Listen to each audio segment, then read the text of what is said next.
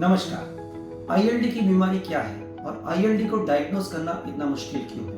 अगर आईएलडी को हम सिंपल लैंग्वेज में जाने तो इन्फ्लेमेशन यानी कि स्कारिंग, तो फेफड़ों की सांस नलियों की एक छोटी से छोटी ब्रांच जहाँ पे हमारा ऑक्सीजन ब्लड वेसल के अंदर मिक्स होता है, यानी कि एल्वियोलाई और ब्लड वेसल्स का एरिया, वहाँ पे इन्फ्लेमेशन यानी कि स्कैरिंग होता है। अप्रोक्सीमेटली अगर देखे जाए तो 200 से ज़्यादा प्रकार के आईएलडीज पाए जाते हैं।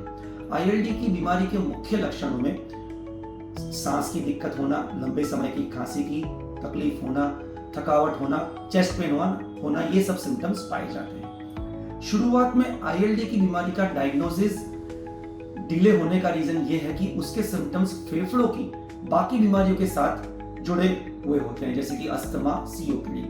अगर हमें आईएलडी की बीमारी का सही डायग्नोसिस करना है तो पेशेंट की प्रॉपर क्लिनिकल हिस्ट्री बहुत जरूरी है कि पेशेंट की age factor, smoking status, patient का ऑक्यूपेशन स्टेटस, पेशेंट को फैमिली हिस्ट्री ऑफ आईएलडी है कि नहीं, पेशेंट को और कोई ऑटो इम्यून डिजीज जैसे कि आर्थराइटिस, जॉगरेन सिंड्रोम्स, ऐसी कोई बीमारियां हैं कि नहीं, पेशेंट को और कोई प्रकार के exposures, chemical fumes exposures, pigeon feathers, pigeon breedings, कुछ इस प्रकार के इनहेलेंट्स का एक्सपोजर है कि नहीं, उसके आधार पे आईएलडी की बीमारी का सस्पिशन पैदा होता है। कुछ स्पेसिफिक प्रकार के आईएलडी ऐसे भी होते हैं जिसका कोई आइडेंटिफाइबल कॉज नहीं होता।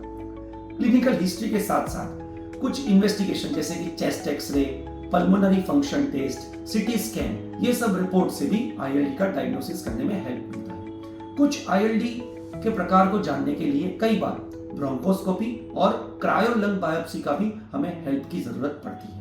आईएलडी की बीमारी का अर्ली डायग्नोसिस करने से उसको आगे बढ़ने से हम रोक सकते हैं। Thank you.